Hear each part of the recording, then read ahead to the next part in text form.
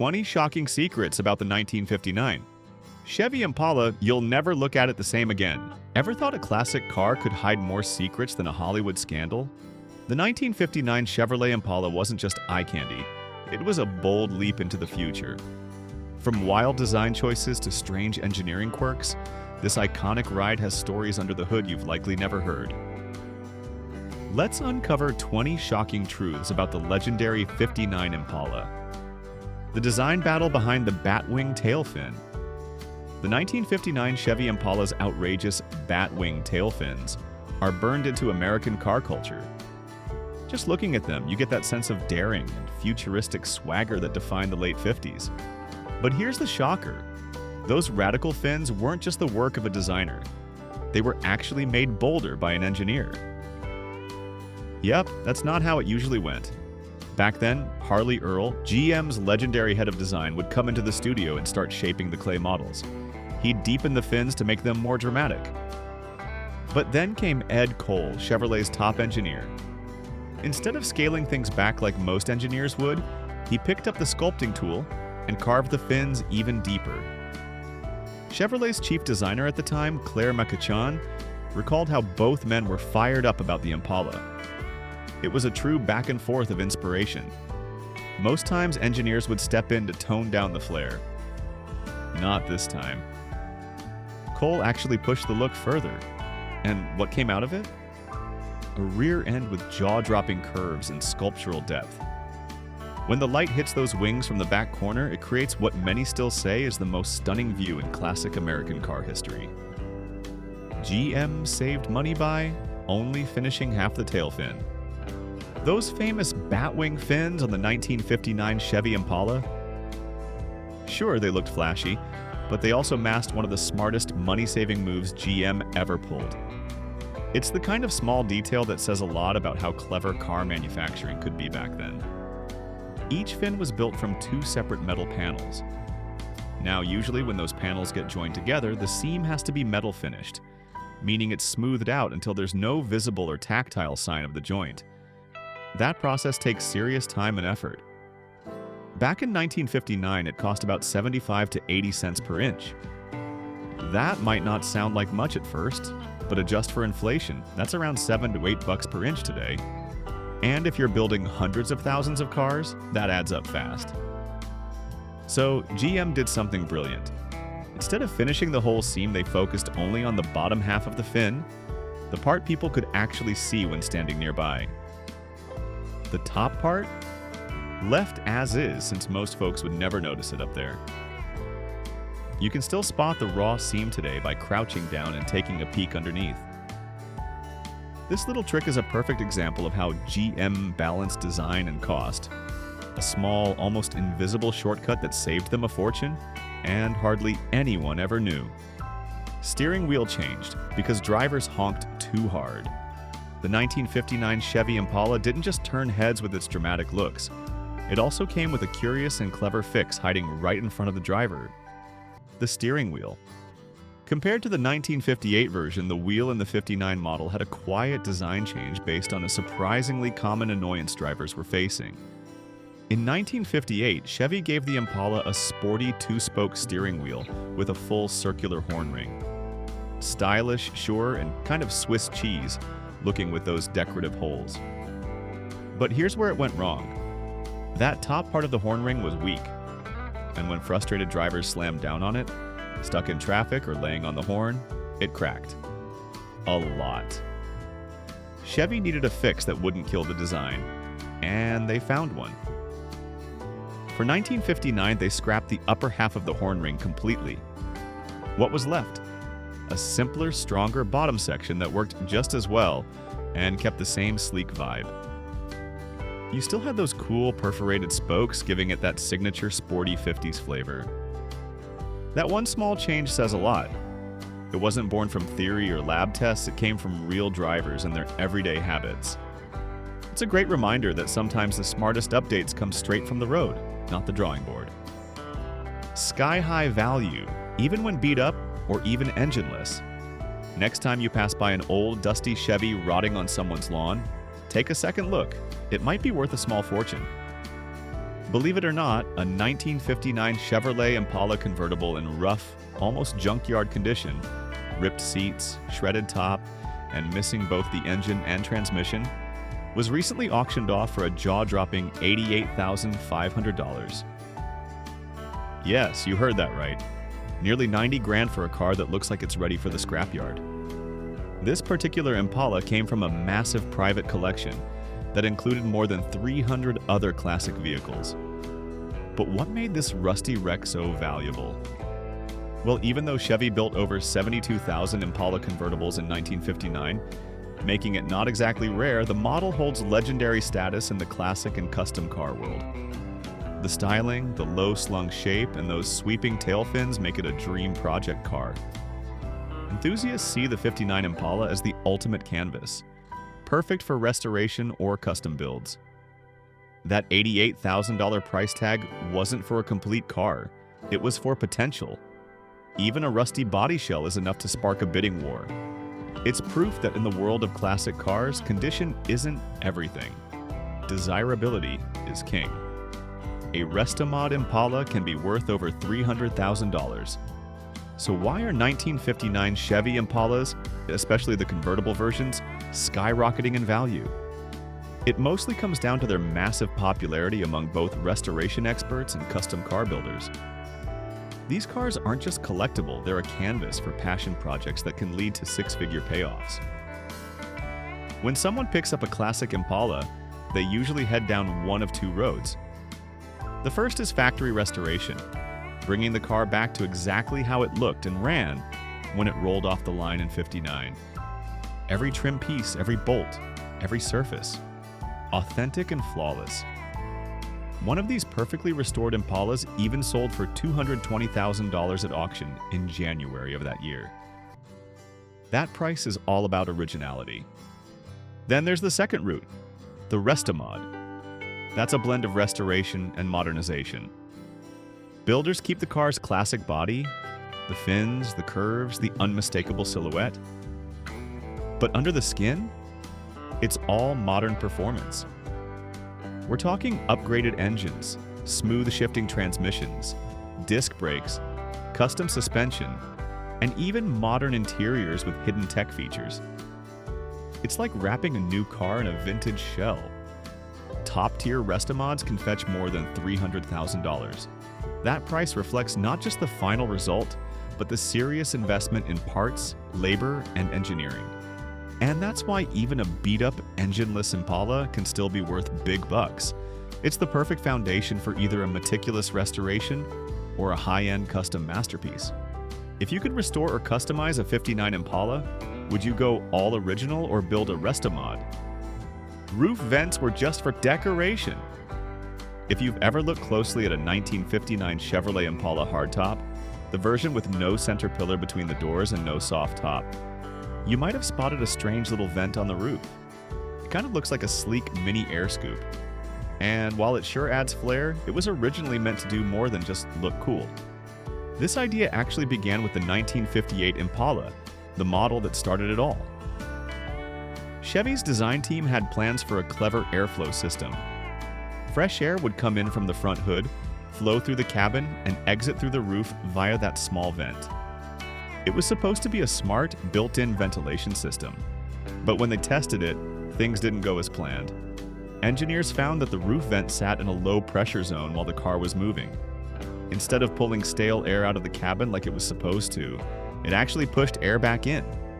Exactly the opposite of what they wanted.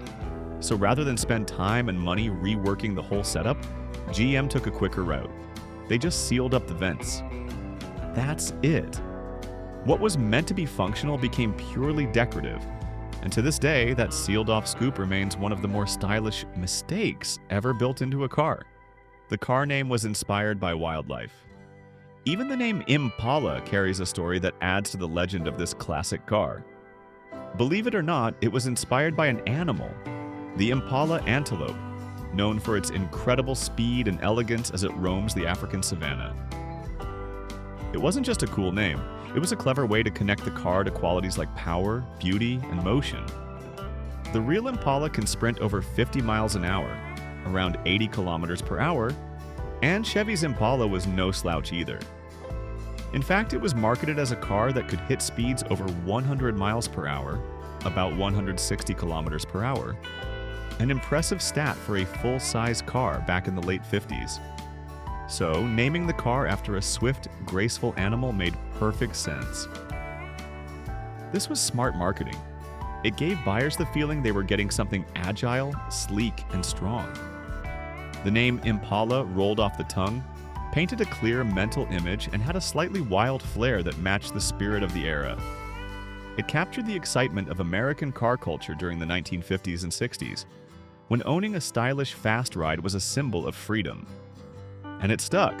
Over the decades, Impala became one of the most iconic and recognizable car names in American automotive history, sharing the body shell with Buick and other GM divisions.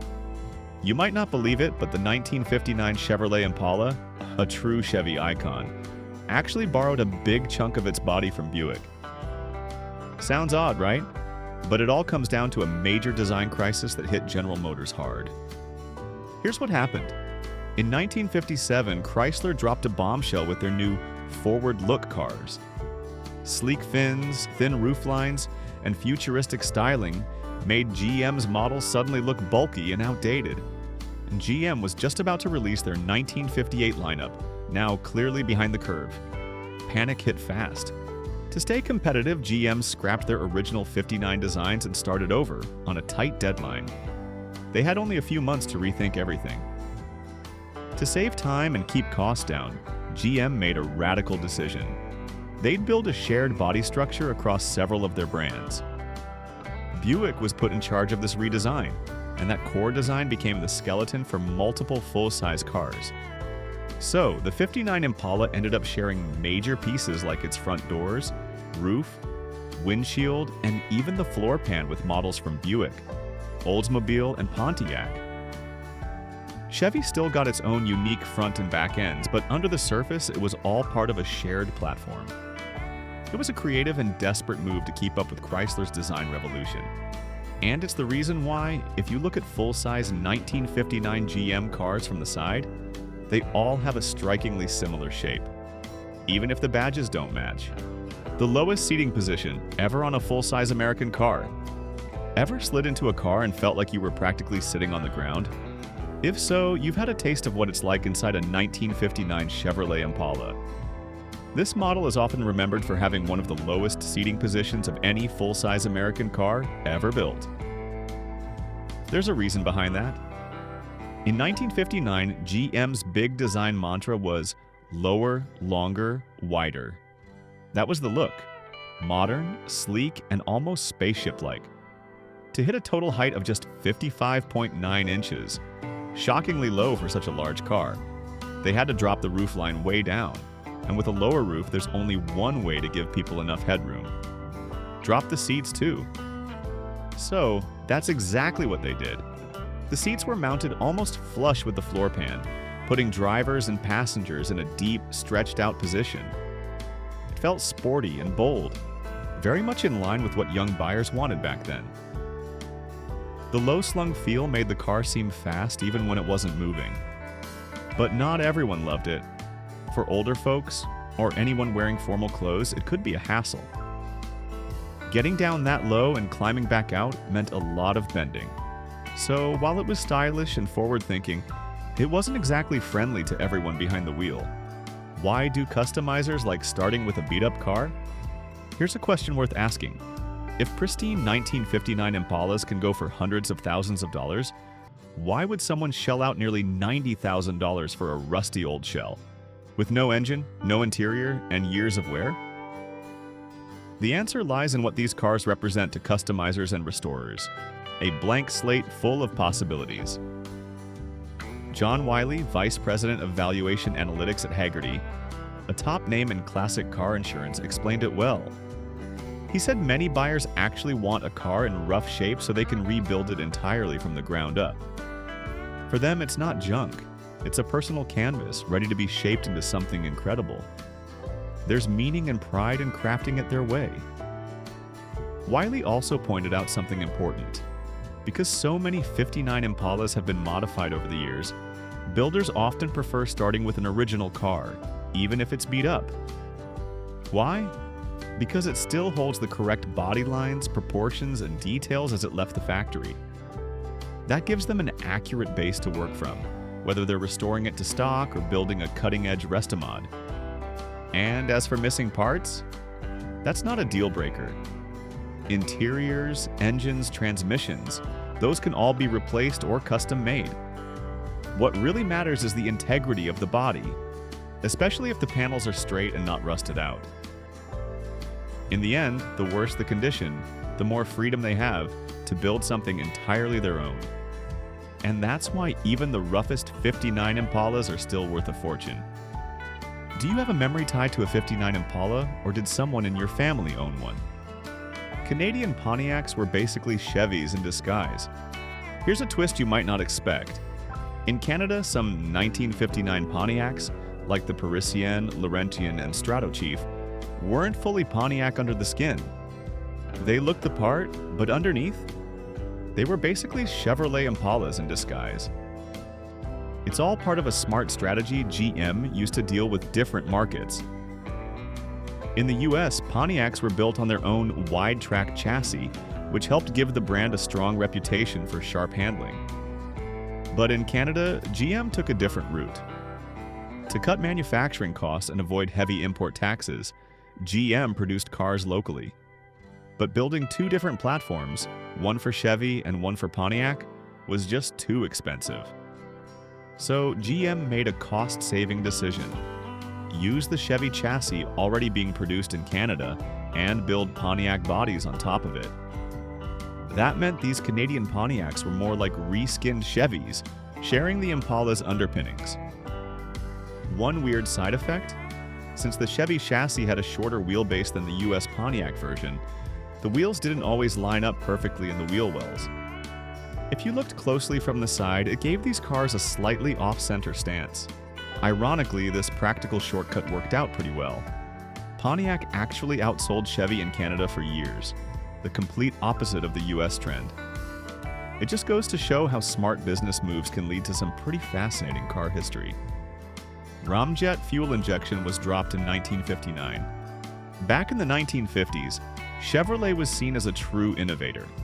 Just look at what they did with the 1957 and 1958 Impalas.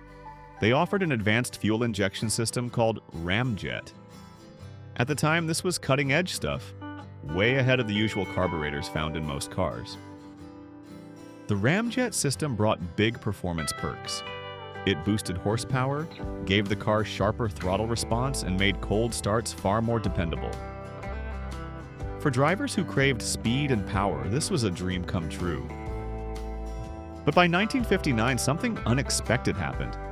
Chevy pulled the plug on the Ramjet option for the Impala. So why abandon such a promising technology so soon? It boiled down to a few major factors. First, the cost. Ramjet systems were expensive to build. Second, they were complicated to service. Mechanics needed special training to handle them, and most shops just weren't equipped for that. And maybe the biggest reason? The buying public wasn't quite ready.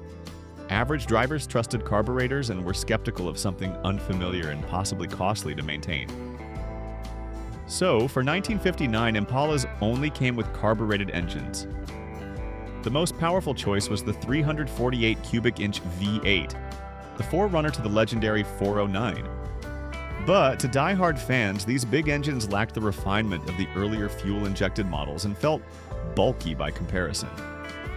While the Corvette held on to Ramjet for a few more years, mainstream Chevys like the Impala wouldn't see fuel injection return in a big way until many years later.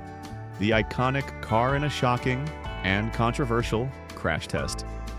Back in 2009, the Insurance Institute for Highway Safety, IIHS, marked its 50th anniversary with a crash test that stirred up serious controversy. In this test, they took a 1959 Chevrolet Bel Air, essentially a cousin to the same generation Impala, and crashed it head-on into a 2009 Chevy Malibu. What followed shocked just about everyone. Many people had long believed that older cars built with thick steel bodies and heavy frames were practically indestructible in a crash. But the video told a different story. The classic Bel Air crumpled like a soda can, while the modern Malibu, built with a unibody structure and modern safety engineering, held up far better. The footage went viral and quickly sparked heated debates. How could a car that looked so solid fall apart so easily? It challenged decades of assumptions and even triggered conspiracy theories. Some people accused the test of being rigged or unfair, unable to accept that the classic they grew up admiring could be so vulnerable. But the results made one thing clear. Modern cars, despite looking lighter or less sturdy, are built with crumple zones, airbags, and structural reinforcements that save lives. The test became a powerful reminder that safety isn't just about looks or weight. It's about smart engineering. Cat's eye taillights. Beyond its striking low-slung headlights, the 1959 Chevy Impala also stood out from behind, thanks to one of the most memorable taillight designs of the era. While it kept the familiar Chevy layout of 3 lights per side, just like the 58, designers gave the taillights a stylish new twist. Instead of the usual round shape, the 59 introduced sleek, elongated ovals that tapered at both ends. These new taillights quickly earned the nickname Cat's Eye Lights. The shape gave off a cool, slightly mysterious vibe, just like a cat watching you in the dark. It was a small change, but it added a lot of attitude to the car's already bold design. Paired with the huge bat-wing rear fins, those oval taillights gave the Impala an unforgettable rear view. The sculpted fins and those 6 glowing eyes made the car instantly recognizable, even at night. It wasn't just about meeting lighting regulations, it was about making a style statement. This clever touch helped separate the 59 Impala from its predecessor and every other car on the road. Together, the fins and taillights created a rear end that wasn't just functional, it became a lasting symbol of late 50s American automotive design at its most daring. Headlights lowered to the lowest legal limit. The 1959 Impala came loaded with bold new styling features, and one of the biggest changes had everything to do with the headlights. In a move to create a sleeker, more aerodynamic look, Chevy's designers dropped the headlights as low as they legally could, literally. Compared to earlier models, the headlights were lowered by a full 7 inches. That may not sound like much, but in design terms, it was a major shift.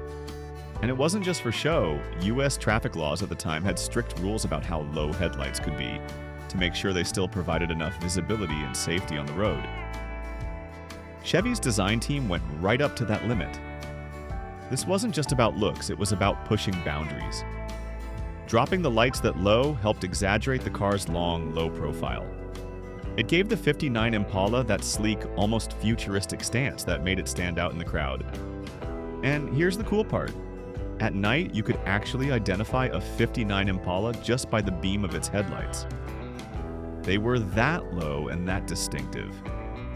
It became one of the car's signature traits, another bold touch in a model that wasn't afraid to break the mold. Which of these 59 Impala secrets did you find the most surprising, and why? The famous X-frame was considered weak. One technical feature of the 1959 Impala, and other full-size Chevys of that time, that still stirs debate today is the X-frame chassis. Instead of the usual perimeter frame, where the rails run along the edges of the body, GM went with a central X-shaped frame. At the time, it seemed innovative, but not everyone was a fan. Some believe GM chose the X-frame to help achieve a lower overall ride height. Others think it was simply a cost-saving move. Either way, many drivers later noticed a big downside: a lack of stiffness. One owner even shared a story about how their car door wouldn't open if the vehicle was parked on uneven ground, suggesting the frame had enough flex to affect the body alignment. The X-frame also featured deep side recesses in the middle, allowing passengers' feet to sit lower, helping create that low-slung interior feel. But when it came to real-world driving, bumpy roads, sharp turns, potholes, the feedback was clear: the ride felt shaky, and the structure didn't inspire confidence. While it passed safety standards for its day, many enthusiasts now see the X-frame as a structural weak point. Creative, yes, but not as solid or reliable as more traditional frame designs that came before and after. the breakthrough Flexomatic 6-way power seat. It wasn't just the bold exterior that made the 1959 Chevy Impala stand out. Its interior also saw a big leap in comfort and innovation. One of the most impressive upgrades inside was a brand new 6-way power seat system called Flexomatic. Back in 1959, a power adjustable seat was a cutting-edge feature usually reserved for high-end luxury cars. The Flexomatic let drivers adjust their seat in multiple directions to find that perfect driving position. You could slide it forward or back, raise or lower the entire seat, and even tilt the seat back to suit your posture. It was a game changer, especially for long drives where comfort really matters. But Chevy didn't stop there. The Impala also featured adjustable headrests, which could move up and down to better support the driver and passengers. This not only boosted comfort, but added a layer of safety too, something few cars focused on back then. These features proved that Chevrolet was thinking beyond just flashy looks. They were investing in the driving experience, making sure the car didn't just look modern, it felt modern inside. For its time, the Flexomatic system was a serious step toward luxury, comfort, and user-friendly design. The Speedminder speed warning system. One of the more unusual and clever features introduced on the 1959 Chevy Impala was the Speedminder system. As highway speeds rose in the late 50s and early 60s, drivers needed a better way to keep their speed in check. Chevy's answer? A simple, smart tool to help avoid unintentional speeding. Here's how it worked. You'd turn a small adjustment ring on the speedometer to set your desired speed limit. Then, as you drove, if the needle passed that mark, a gentle chime would sound. It wasn't loud or annoying, just enough to get your attention and remind you to ease up on the gas. In an era before cruise control was widely available, this was a forward-thinking way to promote safer driving. It gave drivers a little nudge without taking their eyes off the road or their foot off the pedal. For long highway trips, it could be especially helpful. The Speedminder might seem basic by today's standards, but at the time, it was a small innovation with a big impact. It showed that Chevy was starting to think beyond just comfort and style. They were beginning to explore ways to help drivers stay alert and in control, long before modern driver assist tech came along. The shift from sporty car to full family car. When the Impala name first appeared in 1958, it wasn't its own model, it was just a premium, sporty trim level for the popular Chevrolet Bel Air. Designed for buyers who wanted something a little flashier and more upscale, the '58 Impala offered more style, but it was still very much part of the Bel Air lineup. That all changed in 1959. Chevrolet made a bold move by turning the Impala into its own standalone model line. It wasn't just a special version of another car anymore, it was a full-fledged offering in Chevy's lineup. And with that came more body styles, including not just the flashy coupe and convertible, but also practical family versions like a 4-door sedan and 4-door hardtop. Chevy clearly saw the power of the Impala name and wanted it to reach beyond performance-minded buyers. They kept the sporty flair, like the checkered flag badging and sleek styling, but made it more accessible. Even the 4-door family models looked sharp, but could be ordered with very basic setups like a 6-cylinder engine and a sluggish Powerglide automatic. This shift was important. It showed that Chevy was aiming for broader appeal, making the Impala not just a sporty choice, but a stylish everyday car for regular families. That strategy paid off big time. What started as a trim level in '58 became the heart of Chevrolet's full-size lineup by '59, and stayed there as one of America's favorite cars for decades. Debunking the crash test conspiracy theory. After that jaw-dropping 2009 crash test between a 1959 Chevy Bel Air and a 2009 Malibu, the internet lit up with conspiracy theories. Many fans of classic cars just couldn't believe what they saw, that the beloved old Bel Air crumpled so easily. It didn't take long for rumors to swirl. Some people claimed the car was rigged to fail, that maybe the frame had been secretly weakened or cut before the test. Others insisted it must have been a rust bucket, already compromised by age and corrosion. They argued it wasn't a fair representation of what a solid classic should be. But when experts inspected the wreck afterward, those theories quickly fell apart. The frame showed no major rust, and no hidden cuts or tampering were found. Even the drivetrain stayed intact after impact, proof that the car's structure hadn't been compromised beforehand. The truth was simpler and more sobering. Cars from the 50s just weren't designed with today's crash physics in mind. The stiff body-on-frame construction in older vehicles actually transfers impact energy straight into the cabin. That means the people inside take the brunt of the crash. Meanwhile, modern cars use crumple zones that absorb and redirect force away from the passenger area. So, while the classic Bel Air looked tough, it was never built for modern collision standards. The test didn't expose a plot. It exposed the brutal reality of old-school engineering. 20 car innovations that failed to stand the test of time. From self-moving seatbelts to wood-paneled wagons, cars once came packed with features that felt like the future, until they quietly disappeared. Why did these once-beloved innovations fade away? Buckle up as we explore the forgotten features that defined generations but couldn't outrun progress. Bench seats. Bench seats were once a defining feature of American automobiles, especially in the mid-20th century. Unlike today's bucket seats, which are designed for individual comfort, bench seats stretched across the entire front row, allowing for a more social seating arrangement. This design meant that up to 3 people could sit side by side, making them popular for families and even romantic drives, where a passenger could slide closer to the driver. Something that became a cultural hallmark of classic cars in movies and television. However, as car safety and design evolved, bench seats gradually disappeared. Automakers began prioritizing features like contoured support, side bolsters, and integrated headrests, all of which improved comfort and safety. Bucket seats, which became standard, also allowed for the integration of center consoles, cup holders, and additional storage, features that modern drivers have come to expect. Additionally, the rise of automatic transmissions made a front bench less practical, as many cars no longer needed column-mounted gear shifters. Today, bench seats are mostly a relic of the past, found in vintage and classic cars or full-size trucks. While they evoke a deep sense of nostalgia, they simply couldn't keep up with the changing demands of modern vehicle design. Vent windows. Once a beloved feature in cars from the 1940s through the 1970s, vent windows, also known as wing windows, were those small, triangular glass panes positioned in front of the main side windows. With a gentle push or twist of the latch, they swung open to let in a cool breeze. It was a simple idea that worked wonders, especially before air conditioning became a standard luxury.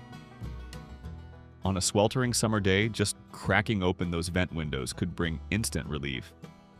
And for smokers, they were a game changer, letting smoke escape without needing to roll down the whole window. But like so many charming features of the past, vent windows slowly faded away. As air conditioning units became more efficient and common in even the most basic models, the practical need for extra ventilation declined. On top of that, auto designers began chasing smoother, more aerodynamic looks, and vent windows, with their visible hinges and frames, interrupted those sleek lines. They were also seen as a weak spot for security, making it easier for thieves to break in. By the time the 80s rolled around, vent windows had all but vanished. Today, they live on only in classic restorations and the memories of a simpler, breezier time. Non-powered steering. Before power steering became the norm, drivers had to muscle their way through every turn. Known as manual steering or non-powered steering, this system relied entirely on arm strength. If you were trying to parallel park a big sedan or truck, you'd better have strong shoulders and a good grip. Turning the wheel at low speeds, especially when the car was stationary, could feel like a workout. It was just how things were, from the early 1900s up through the 1970s, particularly in basic models and economy cars. Still, manual steering had its loyal fans. It was incredibly simple, with no hydraulic fluid to leak and no power assist motors to fail. Driving purists appreciated the direct feedback it gave. They felt connected to the road in a way that power steering could sometimes mute. It was raw, responsive, and required a certain level of skill and strength that made you more in tune with the car. But as cars got bigger and more complex, the demand for ease of use took over. Hydraulic power steering became widespread by the mid-20th century, followed later by electric systems that offered precision and efficiency. In-car record players. In the 1950s and 1960s, car manufacturers were on a mission to merge cutting-edge luxury with entertainment. And what better way to impress than by installing a full-blown record player inside a car? Yes, you heard that right. Automakers like Chrysler teamed up with RCA to develop in-car record players, aiming to give drivers the same vinyl sound they enjoyed at home. These devices played specially made 7-inch records, promising a deluxe driving soundtrack on the go. But while the idea turned heads, the execution fell flat. Literally. Vinyl records, as music lovers know, need a steady hand and a smooth surface. That's not exactly what most roads offered. Every jolt, turn, or pothole made the needle jump, interrupting the music and frustrating listeners. Engineers tried to fix it with spring-mounted players to reduce vibration, but it was a losing battle. Worse yet, vinyl wasn't built for the fluctuating temperatures inside a car. Records warped, cracked, or simply stopped working. By the time cassette tapes rolled in, with their portability and durability, the in-car turntable was all but obsolete. Trunk-mounted luggage racks. There was a time when trunk-mounted luggage racks were the hallmark of a car ready for the open road. Especially popular in the 1970s and 80s, these sleek metal frames, often polished chrome or lightweight aluminum, were bolted right onto the trunk lid, giving vehicles a sporty, adventurous edge. You'd see them on everything from zippy convertibles to classic station wagons. They weren't just for show either, they served a real purpose, letting you strap down suitcases, duffel bags, or camping gear when interior space ran short. For families heading cross-country or couples packing up for a weekend getaway, these racks made sense. They freed up cabin space and gave cars a custom, travel-ready look. But as time passed, practicality took over. Car interiors got smarter, trunks became roomier, back seats folded down, and suddenly, there was less need to tie your belongings to the outside. There were also downsides. Luggage left out in the open was vulnerable to rain, theft, and high-speed wind. By the 1990s, trunk racks had mostly vanished, replaced by roof racks or enclosed cargo boxes. Ashtrays and cigarette lighters. Back in the day, if you bought a new car, it wasn't a question of if it had an ashtray, it was how many. Ashtrays and cigarette lighters were standard features in nearly every vehicle from the 1940s all the way through the 80s. Smoking wasn't just accepted, it was practically expected. Ashtrays were built right into the dashboard, the doors, and even the back of the front seats for rear passengers. And the built-in lighter? A simple push of a button, and within seconds you had a glowing hot coil, ready to light your cigarette. It was convenience at its finest for a very different time. But things changed. As public awareness of smoking's health dangers grew, so did the pushback against smoking in enclosed spaces, especially cars. Laws were passed banning smoking with children inside, and public opinion turned sharply against the habit. Automakers responded. By the late 90s, ashtrays were phased out and cigarette lighters were no longer standard, only offered by request. Yet the lighter socket didn't vanish, it was reborn. Today, that same port powers your phone charger, your dash cam, your GPS. Which of these classic car features do you miss the most and why? Landau bars. There was a time when Landau bars were the ultimate symbol of automotive elegance. Inspired by the classic horse-drawn Landau carriage, these shiny metal bars, usually chrome or polished steel, were mounted on the rear pillars of a car's roof to mimic the look of a folding soft top. Of course, they didn't actually fold or function in any way. Their purpose was purely decorative, meant to evoke a sense of class and tradition that linked automobiles to their aristocratic predecessors. In the 1950s through the 1970s, you'd spot Landau bars on formal sedans, luxury coupes, and especially on the kind of cars that turned heads at country clubs and weddings. They became a hallmark of refinement and eventually a staple of hearses and limousines, adding a touch of dignity and grandeur. For years, having Landau bars was like wearing a tuxedo on wheels. But as automotive tastes shifted towards sleek, minimal designs and futuristic styling, these ornate touches fell out of favor. By the 1990s, they had all but vanished from the mainstream car scene. Car phones. Back in the 1980s and early 90s, nothing said success quite like having a phone in your car. These weren't the pocket-sized smartphones we know today. They were bulky, wired devices permanently mounted inside the vehicle, usually near the center console or armrest. With a chunky handset and a tall external antenna, the car phone looked and felt like something straight out of a futuristic spy movie. If you had one, chances are people noticed and admired. Car phones quickly became the ultimate status symbol. Business executives, high-powered professionals, and celebrities used them not just for convenience, but as a sign that they'd made it. Being able to take a call while driving was revolutionary at the time. It meant you were always connected, long before being online became part of daily life. But like many flashy innovations, car phones didn't last. As mobile phone technology advanced, portable cell phones became smaller, cheaper, and far more versatile. No wires, no permanent installation. Just grab it and go. By the early 2000s, car phones had vanished from showrooms. Today, Bluetooth and voice-activated systems have replaced them entirely. But for a brief, unforgettable moment, car phones were the epitome of high-tech driving luxury. Column-mounted shifters. Once a common sight on American roads, the column-mounted shifter, affectionately nicknamed "three on the tree," was a hallmark of car design from the 1930s through the early 1980s. Positioned right on the steering column, this clever gear-shifting setup let drivers change gears with a quick flick of the wrist, keeping the floor area wide open. That space-saving design was perfect for cars with front bench seats, allowing for a third passenger to comfortably sit up front. A big plus for families and work crews alike. Back in the day, this setup was considered smooth, stylish, and incredibly practical.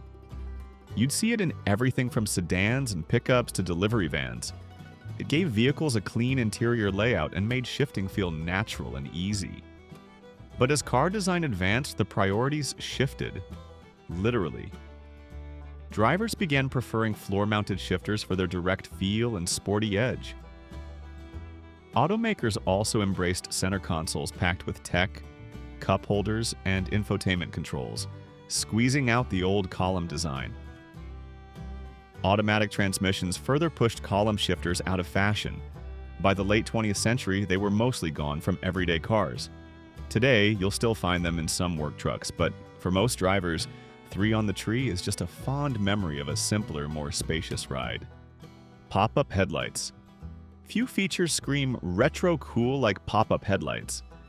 From the 1960s through the 1990s, these hidden gems were the calling card of some of the most iconic sports cars ever made. Sleek by day, dramatic by night, they tucked neatly into the body when off, preserving clean aerodynamic lines. But flip a switch and they'd rise like magic, giving cars an instantly futuristic and aggressive look.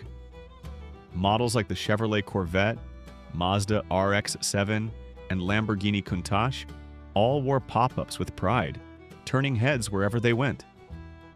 But beneath the style, there were problems. The motors and hinges that powered the headlight flip often wore out, leaving unlucky owners with one headlight up and one down, the dreaded winking car. And while the design looked cool, it wasn't exactly kind to fuel economy or wind resistance. Even more importantly, changing safety standards began to frown on rigid elements that could cause injury in pedestrian collisions. By the early 2000s, pop-up headlights had vanished from new car designs, replaced by safer, more efficient lighting systems. Do you think cars today have lost their personality compared to vintage models? Tell us what you think. Hood ornaments. There was a time when a car's hood wasn't just metal. It was a canvas for art. Hood ornaments, those gleaming metal sculptures perched proudly at the front of vehicles, were once a signature of style and status. Born in the early 1900s, these pieces originally served a practical role. doubling as radiator caps before closed cooling systems took over. But they quickly evolved into something more, a way for automakers to express identity, luxury, and craftsmanship. Each brand had its own iconic design. Rolls-Royce gave us the graceful Spirit of Ecstasy. Mercedes-Benz topped its hoods with a sleek, three-pointed star, and Cadillac went with ornate crests. These weren't just badges, they were statements. A well-crafted hood ornament said your car wasn't just transportation, it was elegance on wheels. But as time marched on, priorities changed. Safety concerns grew, especially about the risk to pedestrians in collisions. Regulations kicked in, and those proud ornaments were deemed hazardous. Some brands tried retractable versions, but by the 1990s, most were gone. Sleek, aerodynamic lines became the new standard, and the ornaments no longer fit the look or the law. Vinyl roofs. In the 1960s and 70s, if you wanted your car to stand out, a vinyl roof was the way to do it. This design trend took off as a way to give hardtop vehicles the classy look of a convertible, without the complexity or cost of an actual soft top. Covered in textured vinyl and available in a variety of colors and patterns, these roofs became a symbol of style and luxury. They were especially common on high-end sedans and personal coupes, turning ordinary rides into head-turners. But beneath that polished surface, trouble often brewed. Vinyl roofs didn't age gracefully. Sun exposure led to cracking and fading, while rain and humidity could seep underneath, trapping moisture.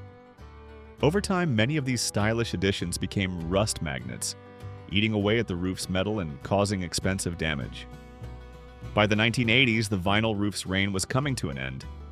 Design tastes moved towards smoother, more aerodynamic profiles, and consumers began prioritizing durability over decoration. Automakers quietly phased them out. Today, vinyl roofs are mostly seen on vintage show cars or lovingly restored classics. They remain a nostalgic nod to a time when automotive design was all about flair, elegance, and standing out in the crowd. Carburetor. For decades, carburetors were the beating heart of the internal combustion engine. From the earliest days of motoring through much of the 20th century, these mechanical devices were responsible for one critical job: mixing the right amount of air and fuel to keep the engine running smoothly. Using vacuum pressure, carburetors pulled gasoline into the airstream, delivering the mixture needed for combustion. It was a tried-and-true system that powered everything from family sedans to muscle cars. But while effective, carburetors had their quirks. They were sensitive to changes in temperature, altitude, and even engine wear. Tuning them wasn't a one-time fix, it was a routine. Drivers and mechanics often found themselves adjusting idle screws, cleaning jets, and fine-tuning fuel mixtures just to keep the car running well. Cold starts could be tricky, and fuel efficiency wasn't always ideal. Enter electronic fuel injection, EFI. In the 1980s and 90s, this game-changing technology began replacing carburetors. Instead of relying on mechanical guesswork, EFI used sensors and computers to precisely control fuel delivery. It adjusted in real time to driving conditions, improving performance, fuel economy, and emissions. By the early 90s, carburetors had become relics of the past, replaced by cleaner, smarter, and more efficient systems. Still, for classic car enthusiasts, nothing quite matches the charm of a finely tuned carb. Automatic seatbelts. Imagine stepping into your car, closing the door, and without touching a thing, your seatbelt zips across your chest. That futuristic idea became a reality in the 1980s with the introduction of automatic seatbelts, a safety feature meant to encourage more drivers and passengers to buckle up. At the time, seatbelt usage was still low, and automakers were under pressure to improve compliance without relying solely on public behavior. So, the belts began to move automatically. These systems typically involved a motorized shoulder belt that slid along a track when the door shut, securing the upper body. But there was a catch. The lap belt still had to be buckled manually, and many people simply didn't bother. mistakenly thinking the automatic belt was enough. That led to a dangerous false sense of security. To make matters worse, the mechanisms weren't always reliable. Some belts got stuck, trapped passengers, or failed to move at all. Worse yet, they weren't compatible with many child safety seats, posing serious risks for families. By the mid-1990s, the shortcomings became too big to ignore. With airbags and modern three-point seatbelts becoming standard, automatic seatbelts quietly disappeared, remembered today as a well-meaning but flawed chapter in automotive safety history. Metal dashboards. In the early days of motoring, metal dashboards were a staple of automotive design. From the 1920s through the 1960s, these solid steel panels weren't just functional, they were a major part of a car's personality. Painted in glossy colors, adorned with chrome trim, or even styled with faux wood grain, metal dashboards gave vehicles a bold, industrial feel. With toggle switches, exposed gauges, and mechanical knobs, the dashboard was as much a statement piece as it was a control center.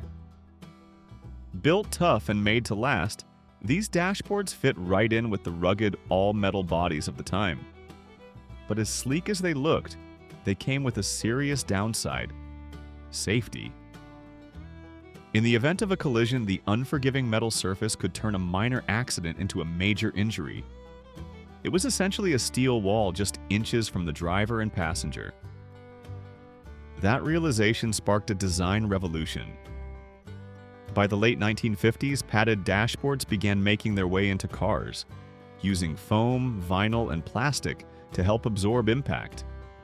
Automakers quickly embraced the change as safety regulations tightened. By the 1970s, metal dashboards had all but vanished from new models. Whitewall tires. From the 1930s through the 1970s, whitewall tires weren't just a feature, they were a fashion statement on wheels. With their crisp white sidewalls wrapped around jet black treads, they gave cars an instant air of class. In the early days, these tires were seen on only the most elegant vehicles: Cadillacs, Packards, and Lincoln Continentals, where they signaled wealth, style, and attention to detail. By the 1950s, white walls were everywhere. The wider the stripe, the more luxurious the look. They were the perfect finishing touch on long, chrome-heavy sedans and curvy convertibles. But they weren't just about looks. They also came with a bit of a chore. Those white bands required constant cleaning to keep their bright appearance. A little road grime or brake dust, and suddenly that upscale look needed elbow grease to maintain. As car design shifted in the 1960s and beyond, sportier looks took center stage. Sleek muscle cars and European imports ditched the flashy white walls for more practical, rugged black wall tires or raised white letters. By the 1980s, white walls had almost completely disappeared from modern car lots. Today, you'll mostly see them on restored classics, vintage hot rods, or retro-styled luxury cars. Rear-wheel drive, RWD.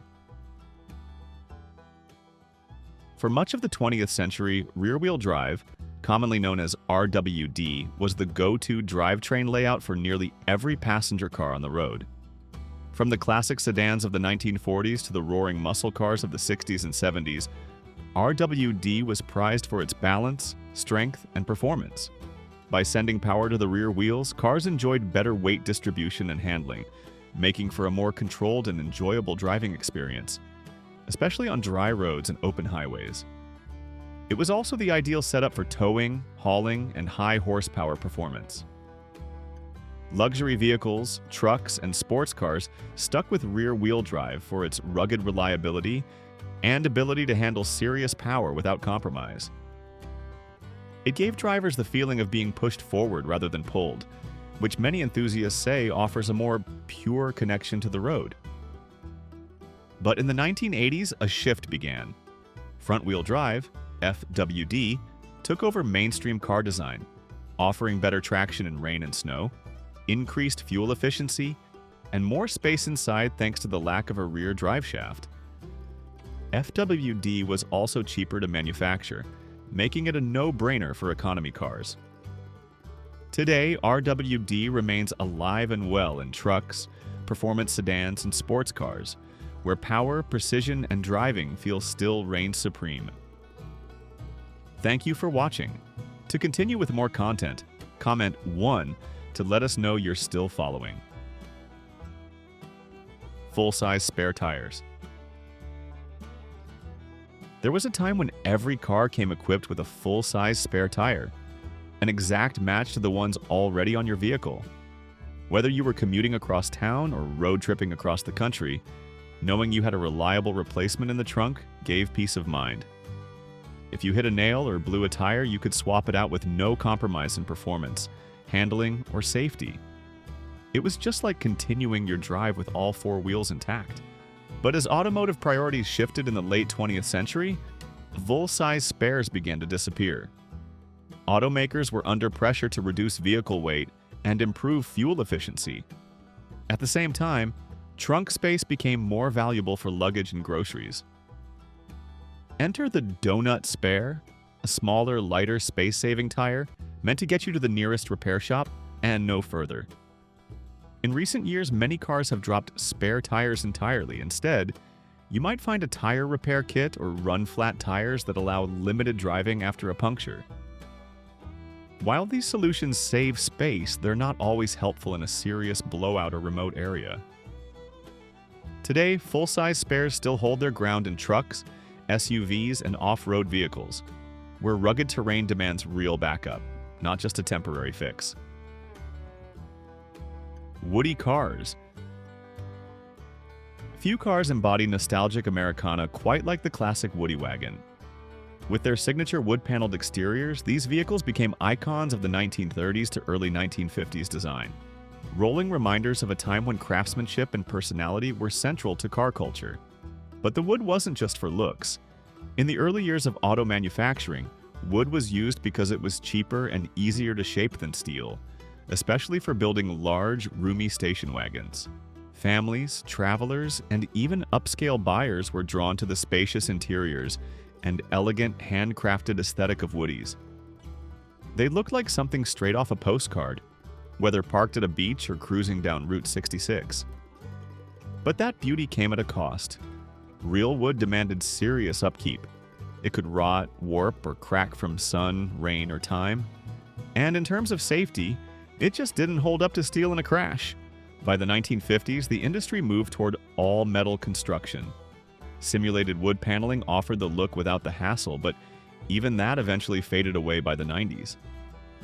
Still, the Woody lives on as a cultural icon, celebrated by collectors, surfers, and lovers of a simpler, stylish era of American motoring. Hand crank starters. In the earliest days of driving, starting your car wasn't as easy as turning a key. It was a physical chore. Before electric starters came along, drivers had to rely on hand crank mechanisms to fire up their engines. This meant stepping to the front of the car, inserting a metal crank into the engine, and using sheer arm power to manually rotate the crankshaft. If you did it just right, the engine would catch and roar to life. But if it backfired, the crank could whip backward violently, sometimes breaking wrists or arms in the process.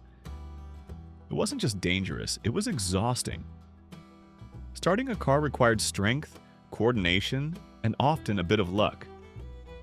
For many, particularly women and older individuals, this barrier made driving less accessible. That all changed in 1912, when Cadillac introduced the electric self-starter, a game-changing innovation. With the push of a button, drivers could safely and easily start their engines without the risk or the workout. By the 1920s, most automakers had adopted the technology, and hand cranks quickly became outdated, though some cars kept them as a backup. Wire wheel covers. In the 1950s and 60s, nothing dressed up a car quite like a set of wire wheel covers. Shiny, intricate, and unmistakably classy, these covers were designed to give everyday vehicles the upscale look of true wire-spoke wheels, the kind typically found on luxury roadsters and European sports cars. Made from stainless steel or chrome-plated materials, they offered a budget-friendly way for the average car owner to bring a bit of elegance and flair to their ride. wire wheel covers became wildly popular on American sedans, convertibles, and even muscle cars, giving them a refined, high-end touch. But behind the sparkle, they came with their fair share of headaches. Cleaning them was a chore, and they were notorious for collecting brake dust and road grime. Over time, they could rust, rattle, or loosen, especially after tire changes or bumpy rides. As car design evolved, so did wheel technology. Alloy wheels became the new standard, offering strength, lighter weight, and a modern look with less fuss. By the 1980s, wire wheel covers had mostly rolled off into history. Manual wind-up windows. Before power windows became the norm, every car came with a little crank handle on the door, and using it was just part of the driving experience. Manual wind-up windows were standard across nearly all vehicles for much of the 20th century. If you wanted fresh air, you reached over and started cranking. If the backseat passenger needed a breeze, well, someone had to lean back and do the work. It wasn't fancy, but it was simple, reliable, and it almost never broke. These windows didn't rely on wires, motors, or sensors. They were all about mechanical strength and straightforward design. And in an era where fewer electronics meant fewer things that could go wrong, that was a huge plus. You didn't need to worry about a faulty switch or a dead motor. Just roll it up or down and go. But as car buyers began demanding more comfort and convenience, power windows started to take over. By the 1990s, push-button controls became standard, offering ease of use and even safety features like pinch protection and automatic closing. Today, manual windows are practically extinct, showing up only in stripped-down economy cars or utility vehicles. What did you think of these 59 Impala secrets? Was there one that really surprised you or brought back a memory? We'd love to hear your thoughts in the comments. Thanks for riding with us through this unforgettable era. Don't forget to like, subscribe, and join us again for more timeless stories from the past.